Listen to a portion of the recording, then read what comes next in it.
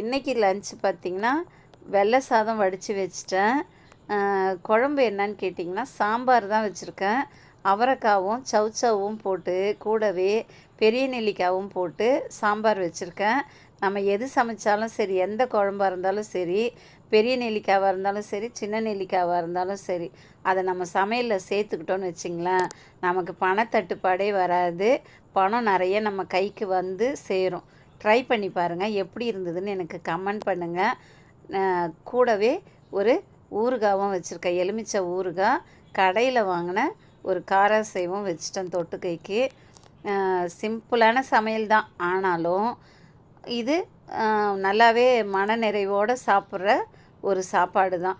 நம்ம வெரைட்டியாக நிறைய செஞ்சுட்டு சாப்பிட முடியாமல் திணறதை விட ஒரு ஊறுகாயும் சாம்பாரும் வச்சு சாப்பிட்டு பாருங்களேன், சூப்பராகவே இருக்கும். அக்கறையோட அன்பையும் கலந்து சமைங்க, ஆரோக்கியமாக இருங்க.